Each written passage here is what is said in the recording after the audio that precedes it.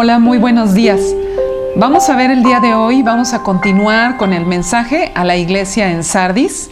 Y es un estudio muy hermoso porque vamos a ver varias promesas que el Señor le está haciendo no nada más a la iglesia en Sardis, sino a nosotros también. Vamos a ponernos en oración para que sea el Señor el que nos dirija en este estudio. Padre bendito que estás en el cielo, te damos muchas gracias, mi Dios, por tantas bendiciones, Señor. Por permitirnos llegar a este momento, Señor, por permitirnos hablar, por estudiar, Señor, tu palabra. Gracias te damos por todo ello. En tus manos nos ponemos en esta mañana. Que seas tú, Señor, que sea tu Espíritu Santo el que hable, el que nos enseñe, Señor, y podamos atesorar todo esto. Te lo pedimos en el nombre de Cristo Jesús. Amén. Vamos a continuar y vamos a ver en Apocalipsis 3. Vamos a continuar estudiando el mensaje a la iglesia en Sardis. Esta ya es la última parte. Y estábamos viendo la clase pasada, la exhortación a la iglesia en Sardis, y no terminamos de ver la exhortación. Vamos a ver, por favor, Apocalipsis 3. 3:3 dice: Acuérdate pues de lo que has recibido y oído, y guárdalo y arrepiéntete. Pues si no velas, vendré sobre ti como ladrón, y no sabrás a qué hora vendré sobre ti. La clase pasada habíamos visto que el Señor les estaba diciendo que velaran. Que velaran, ¿por qué? Porque realmente habían abandonado su vida espiritual, la iglesia en Sardis. Y por eso era una iglesia que tenía nombre de que vive, pero estaba muerta, porque estaba hablando de una muerte espiritual. ¿Por qué? Porque habían muy pocos cristianos en aquella iglesia, ya quedaban muy pocos. Y aquí les está diciendo: acuérdate pues de lo que has recibido y oído, y guárdalo y arrepiéntete. Pues si no velas, vendré sobre ti como ladrón, y no sabrás a qué hora vendré sobre ti. El haber llegado a esta situación de descuido en su vida espiritual, de desinterés en las cosas del Señor, era algo de lo que la iglesia en Sardis debía de arrepentirse, pero arrepentirse de manera urgente. Era urgente que ellos vieran su situación para arrepentirse, pedirle perdón al Señor. El Señor les está haciendo una advertencia. Dice: pues si no velas, vendré sobre ti como ladrón. Aquí esta de vendré sobre ti como ladrón no se refiere propiamente a la segunda venida de Cristo, sino se refiere más a una visita súbita e inesperada a esa iglesia que estaba muerta, precisamente ¿por qué? Por su falta de arrepentimiento. Pero esa visita era una visita en juicio, o se está refiriendo a una visita en juicio en contra de esa iglesia, sobre la iglesia de Sardis, y por eso el Señor les está diciendo que se arrepientan. Entonces, el arrepentimiento, hay que recordar, no es nada más reconocer el pecado, sino una vez que lo reconocemos, es dar una vuelta de 180 grados para precisamente ir al otro sentido, ir en el camino contrario al que se venía caminando. Entonces, pues la iglesia en Sardis debía de reconocer su pecado, debía de reconocer que había dejado su vida espiritual y de dar una vuelta de 180 grados. Y bueno, pues si algunos no habían reconocido al Señor como su Señor y Salvador, pues tenían todavía esa oportunidad. ¿Por qué? Porque habían escuchado hablar de este mensaje de salvación. Tenemos aquí la promesa. Vamos a ver la promesa y la tenemos en Apocalipsis 3, 4 y 5. En Apocalipsis 3, 4 y 5 vemos algo hermoso. Vamos a estudiar al final de estas, sobre todo en el versículo 5, vamos a estudiar 3 promesas. Vamos a leer, dice así: Pero tienes unas pocas personas en Sardis que no han manchado sus vestiduras y andarán conmigo en vestiduras blancas porque son dignas. El que venciere será vestido de vestiduras blancas, y no borraré su nombre del libro de la vida, y confesaré su nombre delante de mi Padre y delante de los ángeles. Vamos a ir estudiando poco a poquito estas frases. Y la primera dice: pero tienes unas pocas personas en Sardis que no han manchado sus vestiduras.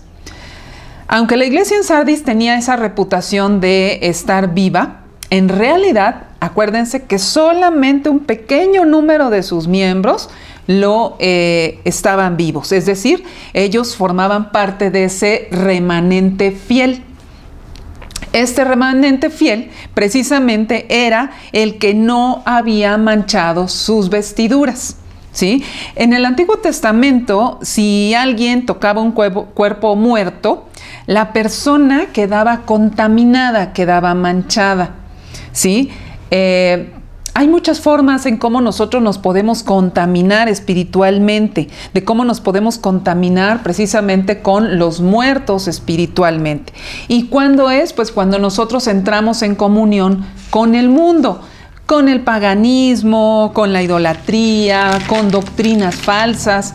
Y esa es la forma en que podemos correr el riesgo de contaminarnos. Y era lo que estaba sucediendo en la iglesia en Sardis, en donde precisamente se está refiriendo a ese pequeño remanente que no había manchado sus vestiduras, pero la verdad es que podía estar en riesgo. ¿Por qué? Porque estaba dentro de esta iglesia. La Biblia nos enseña cómo nosotros debemos de actuar para tener compasión de aquellos otros personas que podemos nosotros ver que se están desviando del camino o que no tienen la salvación. Y entonces vemos en Judas, vamos a leer en Judas 20 al 23, dice, Judas 20, 23. Pero vosotros, amados, edificando sobre vuestra santísima fe, orando en el Espíritu Santo, conservaos en el amor de Dios, esperando la misericordia de nuestro Señor Jesucristo para vida eterna. A algunos que dudan, convencedlos; a otros salvad, arrebatándolos del fuego; y de otros tener misericordia con temor, aborreciendo aún la ropa contaminada por su carne. Entonces aquí nos está enseñando el Señor que nosotros podemos ser luz también para muchas personas, para guiarlas por el camino correcto o para enseñarles cuál es el camino precisamente, pero cuidando ¿de qué? De no contaminarnos, ¿verdad? Dice la siguiente frase: y andarán conmigo en vestiduras blancas porque son dignas. Está hablando precisamente de estas personas, de este pequeño remanente. Dice, pero tienes unas pocas personas en Sardis que no han manchado sus vestiduras y andarán conmigo en vestiduras blancas porque son dignas. Entonces se está refiriendo a este pequeño remanente. Miren, cuando una persona recibe al Señor como su único Salvador, pues comienza una nueva vida. Comienza una nueva vida de comunión, de una comunión íntima, de una comunión directa, de una comunión personal y además de una comunión eterna con Dios y también con su palabra. Esto significa que andamos con Él.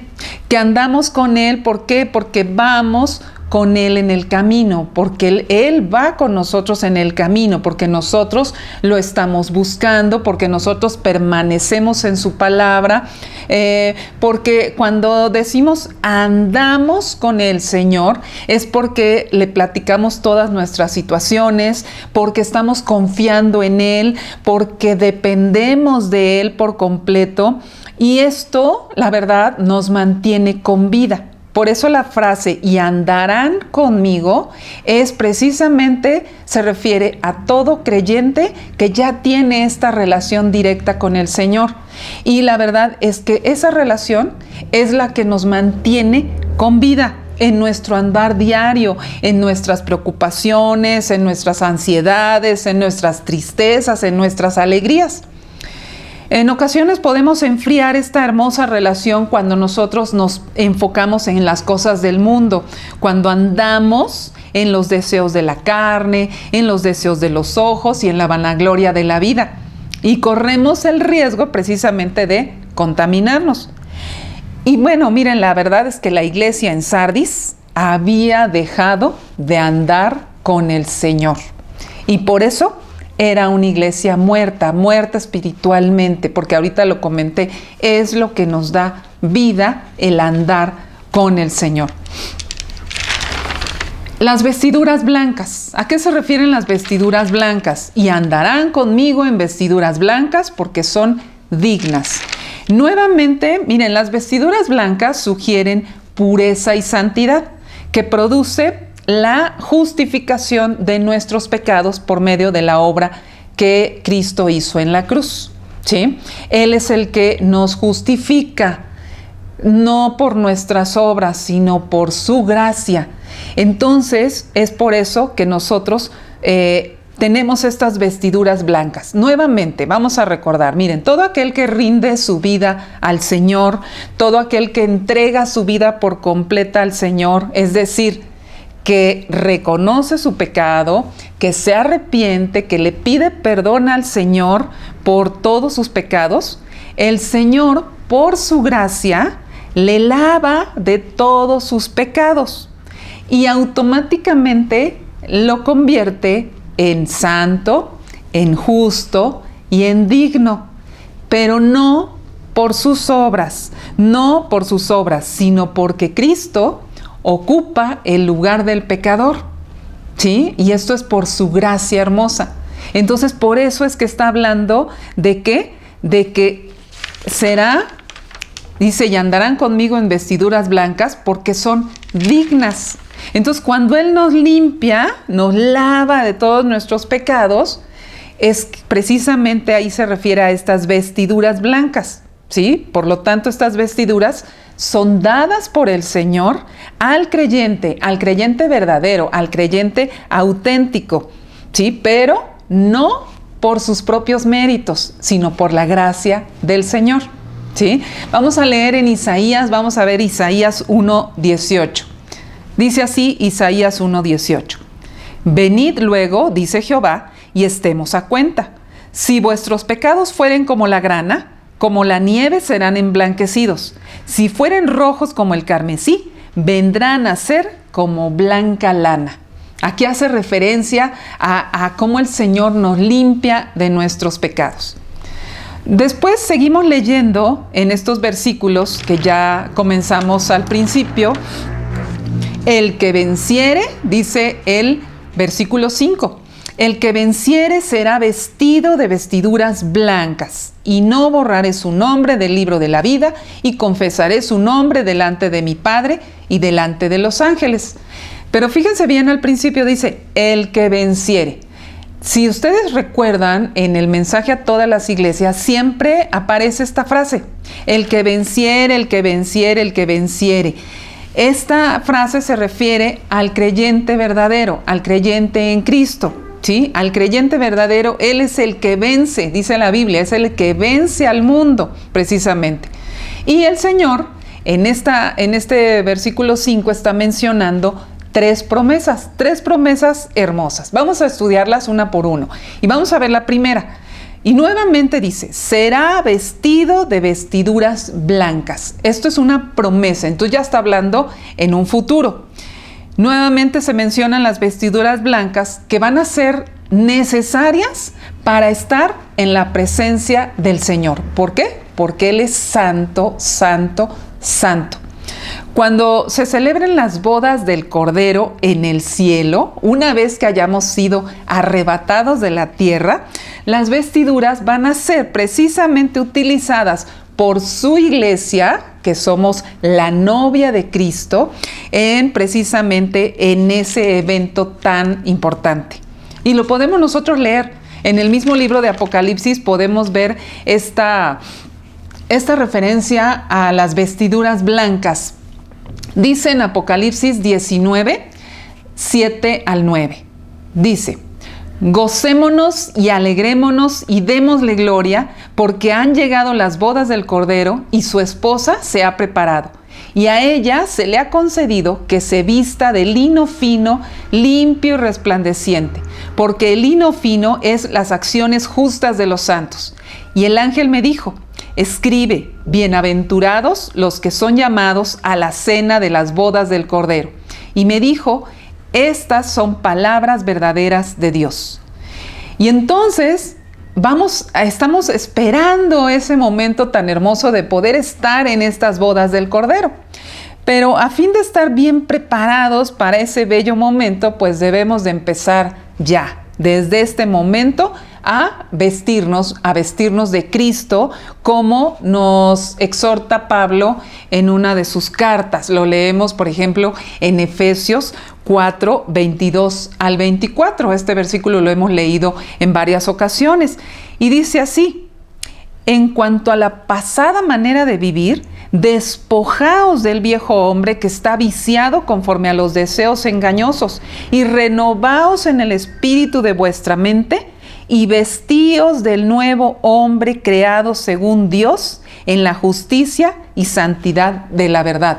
Entonces, aquí en la tierra nosotros podemos comenzar a prepararnos y comenzar a vestirnos con esas vestiduras blancas, que es una metáfora. Esas vestiduras blancas se refiere a que nosotros renovemos, dice aquí, nuestro espíritu, nuestra mente, y nos vistamos de este nuevo hombre. Día a día, todos los días tenemos que estar buscando esto.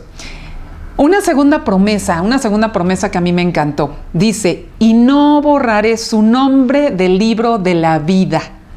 Y no borraré su nombre del libro de la vida. Acuérdense, miren, estas tres promesas va dirigida a los creyentes, ¿sí? A todos aquellos que han depositado su fe en Cristo. Miren, la Biblia no nos revela con exactitud si solo el nombre de los verdaderos creyentes está registrado en este libro de la vida, ¿sí? O está registrado el nombre de toda la humanidad. La Biblia propiamente no lo revela, pero sí nos revela en varias citas que Dios mantiene un libro de la vida. Y lo más importante, además del mensaje, es que el nombre de los verdaderos creyentes nunca será borrado de este libro. Eso es lo más importante. No tanto quiénes están en ese libro, porque la Biblia, insisto, no nos lo revela con exactitud, pero sí habla de este libro de la vida. Y lo más bonito es que el nombre, dice, de los verdaderos creyentes nunca será borrado. Porque es una promesa del Señor. El Señor lo está haciendo, lo dice, y dice: y no borraré su nombre. Y nosotros creemos en esa promesa. Este versículo de Apocalipsis está afirmando precisamente la promesa del mismo Señor Jesucristo. Esa promesa la encontramos no nada más en Juan 5:24, también podemos recordarla en Romanos 8:1, en donde a mí me encanta Juan 5:24.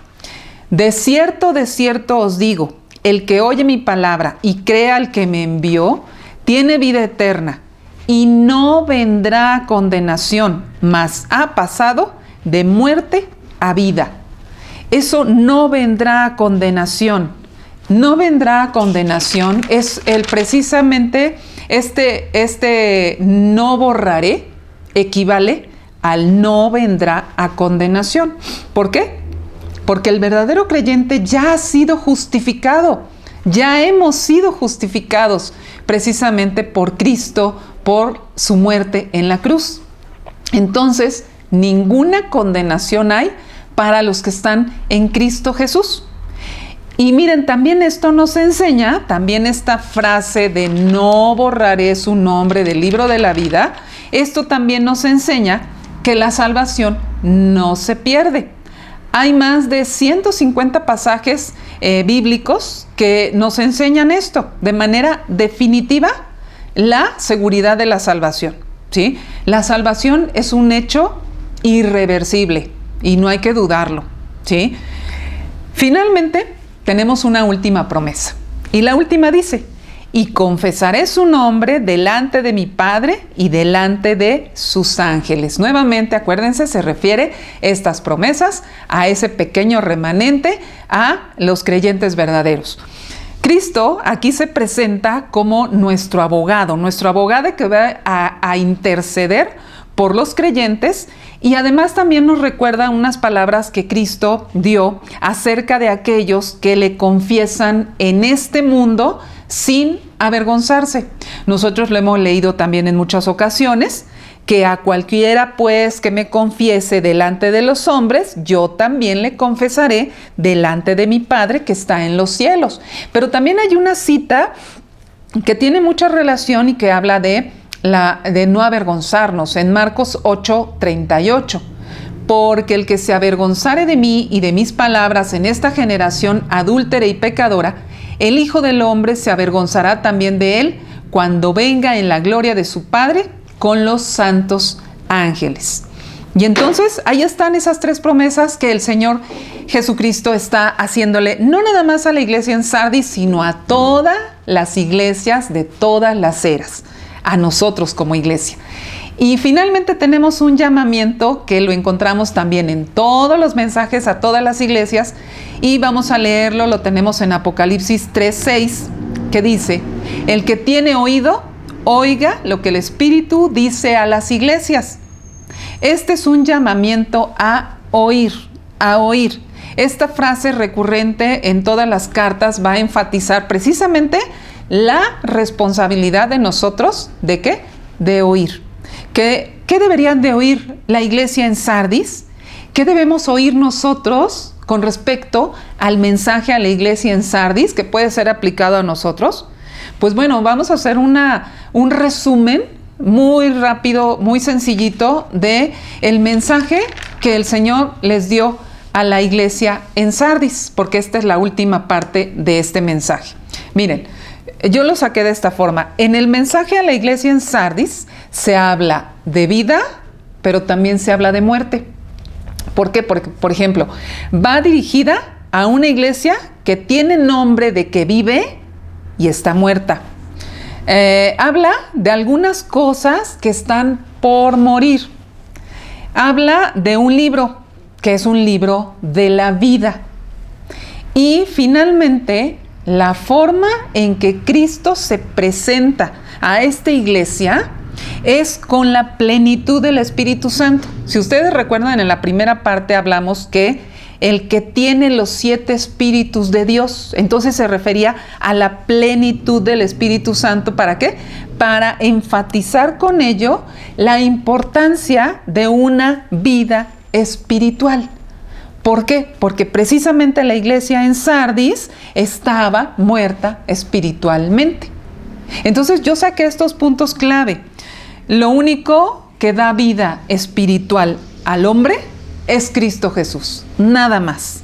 Todo aquel que cree en Cristo Jesús, que cree precisamente en su obra salvadora, se arrepiente y lo recibe en su vida como su único Señor y Salvador, pues va a pasar precisamente de muerte a vida y va a tener vida eterna. Pero también algo muy importante, que automáticamente recibe al Espíritu Santo. Y el Espíritu Santo, acuérdense que es el que nos guía, el que produce una transformación en nuestra vida, pero también es el que va a poder conectar nuestro espíritu precisamente con el Espíritu de Dios. Precisamente es ahí donde nosotros debemos de enfocar nuestro trabajo. Enfocarnos en tener una vida espiritual. Ya lo habíamos platicado en las clases pasadas, ¿sí? Por lo tanto, debemos de andar en el Espíritu. Aquella persona que no ha recibido verdaderamente al Señor en su vida, quizá en la iglesia en Sardis había muchas personas que decían ser creyentes, pero realmente no habían entregado su vida al Señor. Pues esas personas por eso estaban muertas espiritualmente. Podemos encontrar en las iglesias, en todas, personas que se dicen creyentes, pero realmente no se han entregado al Señor. Y desafortunadamente están muertas espiritualmente y necesitan de salvación, ¿verdad? El creyente verdadero es más que un vencedor, ¿sí? Que no se avergüenza de decir que es cristiano y que da además un buen testimonio. Es aquel que recibirá esas vestiduras blancas, es aquel que va a estar en las bodas del Cordero y para vivir eternamente con Cristo. Y finalmente, su nombre nunca será borrado del libro de la vida. Esta es una promesa del Señor y hay que creer en las promesas del Señor. Gracias por este estudio, hermanos. Y pues la siguiente clase vamos a tener el mensaje a la siguiente iglesia. Gracias, que tengan un excelente día.